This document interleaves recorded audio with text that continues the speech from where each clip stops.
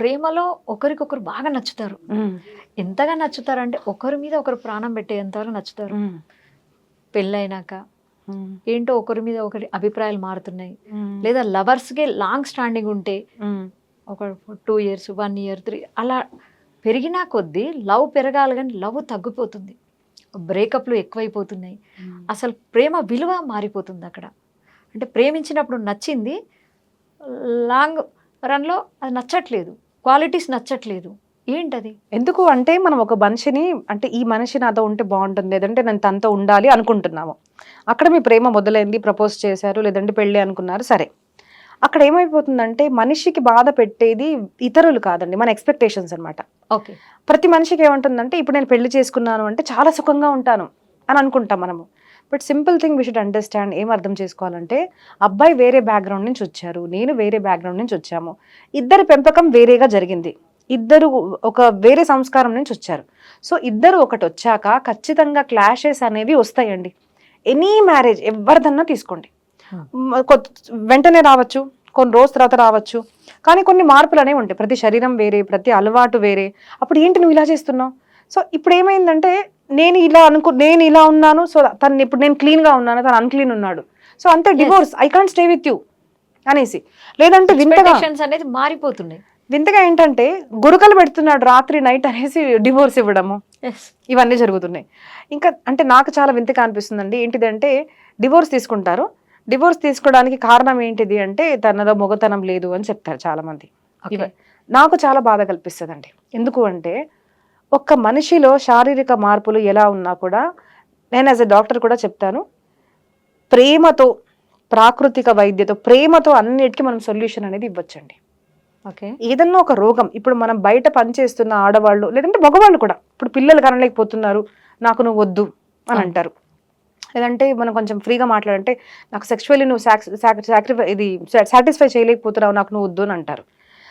అయితే నేనేమంటాను, మీ పెళ్ళి మీ దీనికోసం మాత్రమే చేసుకున్నారు. మీరు నిజంగా ఆ వ్యక్తిని ప్రేమిస్తే ఒక శరీరంలో మార్పులు వస్తాయి. ఎందుకు? ఇప్పుడు చేసే ప్రతి మనిషిలో కూడా ఇవన్నీ మార్పులు వస్తున్నాయండి. సెక్షువాలిటీలో కూడా ఇవి తగ్గిపోవడం ఎందుకు వస్తుంది అంటే మన బయట చేసే పని స్ట్రెస్, చాలా స్ట్రెస్. ప్రతి మందికి డబ్బు సంపాదించాలి, ఇవన్నీ స్ట్రెస్ ఉంటుంది. సెకండ్ థింగ్, మనం ఫోన్ చూడండి, ఇక్కడ పెట్టుకుంటారు, దగ్గర పెట్టుకుంటారు, గ్యాడ్జెట్స్కి దగ్గర అవుతున్నారు, స్ట్రెస్కి గురవుతున్నారు. సో ఇప్పుడు అందరిలో చాలా రోగాలు వస్తున్నాయి. మనం నిజంగా ఒక వ్యక్తిని ప్రేమిస్తున్నాము అంటే వాళ్ళలో శారీరక మార్పులు తీసుకురావాలంటే ఫస్ట్ మెడిసిన్ ఇస్ లవ్ అండి. ఓకే. ప్రేమించండి, తనని ప్రేమించండి, లైఫ్ స్టైల్ మార్పులు తీసుకురండి. అప్పుడు ఒక పరస్పరంగా ఒక జీవితం అనేది బాగుపడుతుంది. కానీ చిన్న చిన్న దానికి నేను బూస్ట్ తీసుకొస్తే వద్దన్నాడు నానా, నేను వచ్చేస్తాను, అసలు ఇది జరిగింది ఒకటి. ఏంటిది అంటే నేను వస్తాను నాన్న, అసలు మా నాన్నే నన్ను తిట్టలేదు, నువ్వెవరు నాకు తిట్టడానికి, నేను వెళ్ళిపోతుంది అమ్మాయి. వెంటనే వాళ్ళ నాన్న, అసలు నేను ఇలా చేస్తున్నాడా నాన్న, నేను ఉన్నాను కూడా వచ్చేసే అంటాడు వెంటనే. ఈ పేరెంట్స్ తప్పులు ఒకటి. సో ఎక్కడుంది అడ్జస్ట్మెంట్? చిన్న దానికి ఒకరు ఒక మాట అనకూడదు.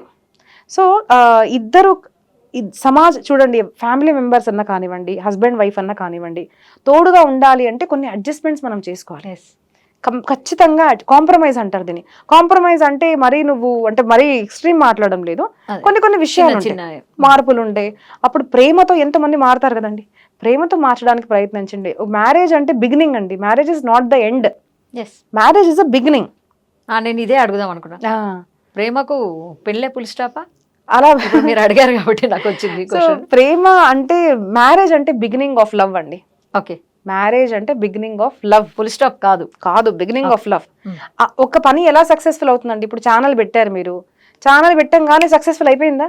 మీరు రోజు దానికోసం కష్టపడుతున్నారు, ఎక్కడి నుంచి వస్తారు, దానికోసం ప్రయత్నిస్తారు, ఏం టాపిక్ చేయాలి, ఎలా చేయాలి, ఏ టైంలో చేయాలి, ఇవన్నీ ప్రయత్నిస్తుంటే అప్పుడు ఒక ఛానల్ ఇలా అవుతుంది. సిమిలర్లీ నా యొక్క సంబంధము నా భర్తతో, నా భార్యతో కూడా సక్సెస్ఫుల్ అవ్వాలి అంటే దానికోసం నేను కొంచెం ప్రయత్నించాలి, తను కూడా ప్రయత్నించాలి. 2 సైడ్ నుంచి ఉండాలి. రోజు చేయాలి, ఒక రోజుతో కాదు. రోజు నేను ఏం చేస్తే నేను నా భర్తతో నాకు మంచి సంబంధం ఉంటుంది, నా ఫ్యామిలీలో నా brother sister what ever any సంబంధం. ప్రేమ అనేది ఎలా పెరుగుతుంది అంటే నేను ఏమి ఇచ్చాను అని మనం అడగాలి. ఓకే. మనం ఏమడుగుతున్నాం అంటే నాకు నువ్వేమిచ్చావు అని అడగడం కాదు, నేనేమిచ్చాను ఫస్ట్ మనల్ని అడిగితే సంబంధం బాగుంటుంది. మనం ఓన్లీ వేరే వాళ్ళ నుంచి ఎక్స్పెక్టేషన్స్ మాత్రమే. First give and then take. Okay.